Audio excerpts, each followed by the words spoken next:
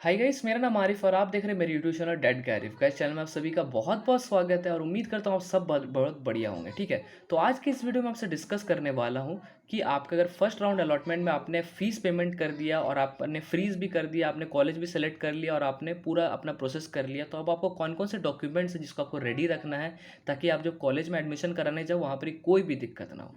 देखो, कॉलेज का वेबसाइट में तो आएगा ही कौन कौन से डॉक्यूमेंट्स आपको रेडी रखना है, लेकिन कभी कभी क्या होता है ना, कॉलेज और भी डॉक्यूमेंट आपसे मांग लेते हैं उस टाइम पे, तो उस टाइम पे आपको दिक्कत हो जाता है। तो मैं आपको पूरा डिटेल में बता रहा हूँ कौन कौन से डॉक्यूमेंट्स आपके पास होने ही चाहिए ताकि आपका एडमिशन में कोई भी दिक्कत ना हो। ठीक है, तो एक एक पॉइंट को अच्छे से समझने की कोशिश करना। मैं जो जो डॉक्यूमेंट्स के बारे में बोल रहा हूँ वो सारे डॉक्यूमेंट्स आपको रेडी रखने ही है बाई एनी हाउ।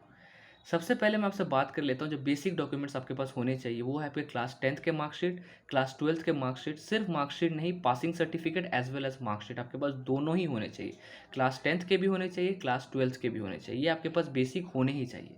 उसके बाद आपके पास होने चाहिए टीसी सर्टिफिकेट। क्लास 12th जब आप पास करते हो तो आपको ट्रांसफर सर्टिफिकेट मिलता है, टीसी सर्टिफिकेट वो भी आपके पास होने चाहिए। बहुत सारे कॉलेज टीसी सर्टिफिकेट का डिमांड करते हैं, बहुत सारे कॉलेज डिमांड नहीं करते, तो टीसी सर्टिफिकेट भी आपके पास होने चाहिए।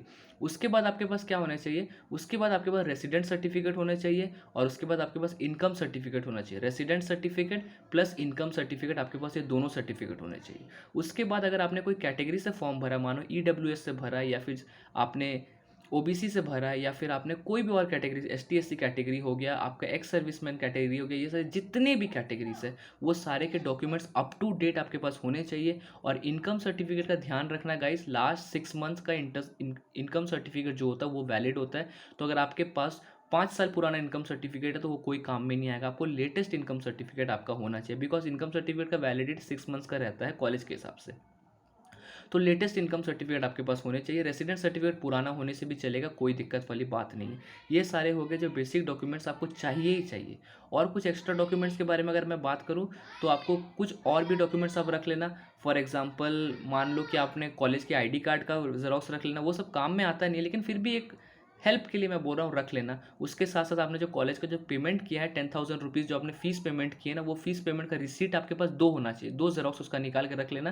क्योंकि कभी कभी क्या होता है आपको दो जेरॉक्स मांगा जाता है, तो वो रख लेना, आप दो जेरॉक्स आपको रख लेना। एसबीआई का अलग सा फॉर्म, वो जो आप पेमेंट किए हो उसका जो आपके पास रिसीप्ट आया है वो रिसीप्ट आपको रखना बहुत ज़रूरी है। ठीक है, उसके बाद आपको कौन सा कॉलेज मिला, उसका आपका जो ओजेई में आपको जो कौन सा कॉलेज मिला आपने फ्रीज किया है, उसका जो फॉर्म निकला वो फॉर्म भी अपना रख लेना। ये सारे जो बेसिक डॉक्यूमेंट्स है, इतने सारे डॉक्यूमेंट्स आपके पास होने ही चाहिए। उसके बाद आपको वेबसाइट में आपको अपने आप को रजिस्टर करना है।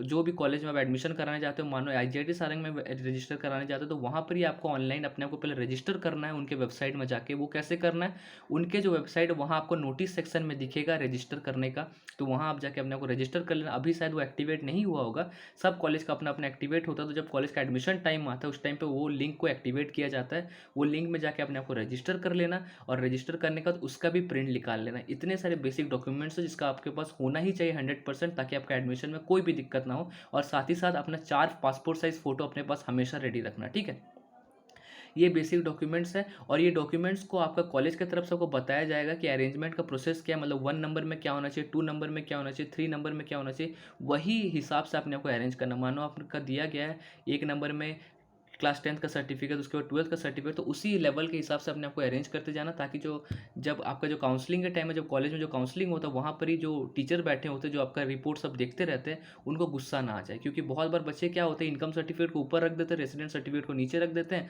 और जो बैठे हुए लोग होते हैं उनको बहुत गुस्सा आ जाता है। तो जिस सीक्वेंस के हिसाब से आपको रखने बोला जाएगा वहाँ पर ही वही सीक्वेंस के हिसाब से आप हर एक डॉक्यूमेंट को रखना। तो यही सारे बेसिक डॉक्यूमेंट्स इसको अपने पास रेडी रखना।